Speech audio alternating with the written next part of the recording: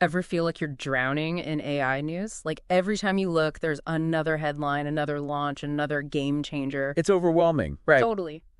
So today, we're cutting through that noise. We're going deep on the AI stuff that really matters, the developments that are actually changing how we work, how we learn, even just how we wrap our heads around information overload. The stuff that has a real impact. Exactly. And we've got some great examples to dig into. First up, Fathom. Have you heard of them? I'm familiar, yeah. They're making waves in the meeting space. Big time. I mean, nobody really knew who they were a few months ago, and suddenly, bam, 17 million in funding, integrations with all the big players like HubSpot. It's pretty remarkable. Right, so what's their secret sauce? Well, for one thing, they went all in on AI for note-taking, which in this day and age kind of seems like a no-brainer. But here's the kicker. They're not just using some off-the-shelf AI. Oh, you mean they built their own models? That's ambitious. Super ambitious, and way more complex than just plugging into, like, an existing AI system. Oh, absolutely. Think of it like this. Using pre-built AI models is like buying a ready-made suit. It might be fine, get you by, but it's never going to fit perfectly. Right, you're going to have some bunching up in some places, some pulling in others. Not ideal. Exactly. But building a custom AI, that's like tailoring a suit. It's a much bigger investment, sure, more time, more resources. Riskier too, I'd imagine. For sure. Yeah. But when you get it right, perfect fit gives you a real edge.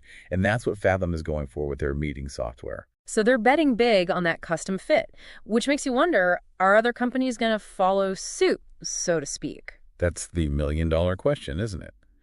This custom approach could change how we interact with AI across the board.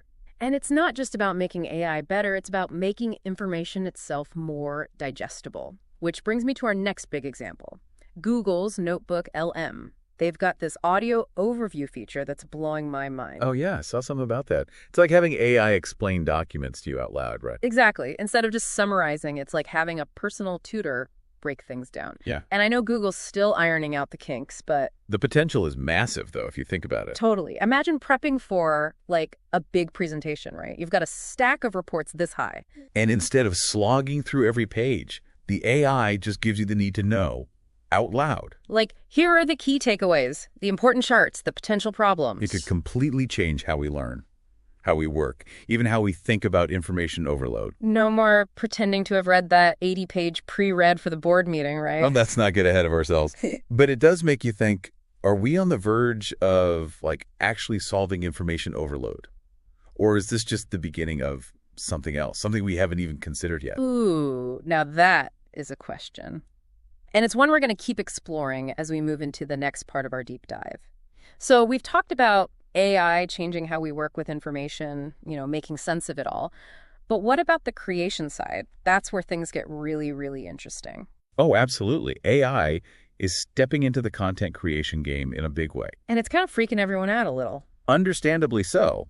It raises some big questions. Big questions about creativity, about jobs, even about, what is real anymore. But let's start with a specific example.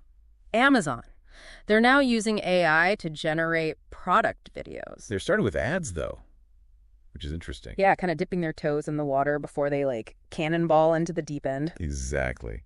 Video is huge for marketing, especially now, with everyone buying everything online. But it's also AI video. I mean, it's still kind of the Wild West, right? Totally. I mean, remember those deep fake videos?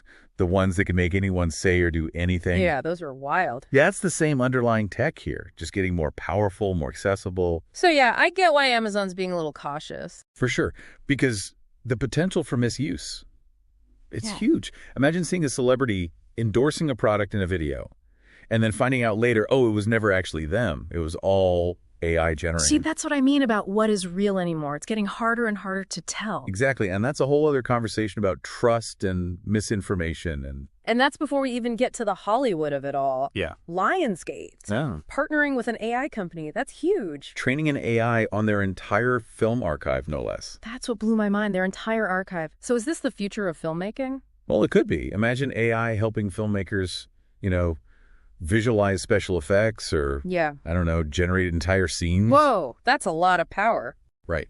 And that's where the concerns come in. What does this mean for human creativity? For jobs in the film industry? I mean, remember the Hollywood strikes last year? This was a huge point of contention. Yeah, people are worried about being replaced by machines. And it's not just about the jobs either. It's about, I don't know, if an AI is trained on all these movies, who owns the output? Who gets the profits? That's the legal battle brewing right now. It's about copyright, authorship. It's a mess. A mess that's just getting started, I bet. Oh, absolutely. This Yeah. is just the tip of the iceberg. And it's not just happening in Hollywood. We've got AI generating art, music, even architecture. Remember that piece from Sky News Arabia, the one about the AI that got obsessed with rabbits? Oh, yeah, the architecture program. Bizarre. It just goes to show even these seemingly like harmless applications. Can have unintended consequences.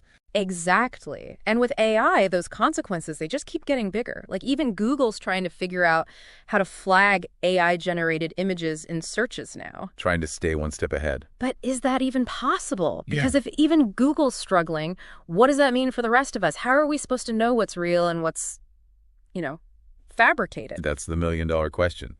And it's one we need to be thinking about carefully. From AI-powered meetings to AI-generated movies, we've covered a lot of ground today. It's a lot to wrap your head around. It really is. It's easy to get caught up in all the hype, the fear, the what-ifs. Right. Like, is AI going to take over the world, steal all our jobs, make everything we see and hear online completely untrustworthy? It's understandable to feel that way, but it's crucial to remember AI, it's just a tool. Just a tool. Yeah, just like, I don't know, a hammer or a paintbrush. It can be used to build amazing things, create beautiful things. Yeah. Or, yeah, it can be misused. It all depends on us. So it's not about the AI itself, it's about how we use it. Exactly. It's about being mindful, being responsible. And that starts with staying informed, like we're doing right now with this deep dive. Because things are changing so fast, right? At lightning speed. Right. What's cutting edge today could be obsolete tomorrow. And that can feel overwhelming, but But we can't just bury our heads in the sand, right? definitely not. We have to be willing to adapt, to learn, to keep asking questions. And that's something I found really interesting in that Sky News Arabia piece, the part about Microsoft. Oh, yeah. Even Microsoft is saying AI needs to learn to ask for help. Isn't that wild? Like, even the people building these incredibly complex systems, they're recognizing that AI, at least for now, it can't do it all on its own. It needs human guidance. So it's less about like man versus machine and more about... Man with machine. There you go. It's a collaboration. Exactly. We bring our strengths to the table. AI brings its strengths. And together, who knows what's possible, right? I like that. So as we wrap up here, it feels like we're left with more questions than answers. Maybe so. Yeah.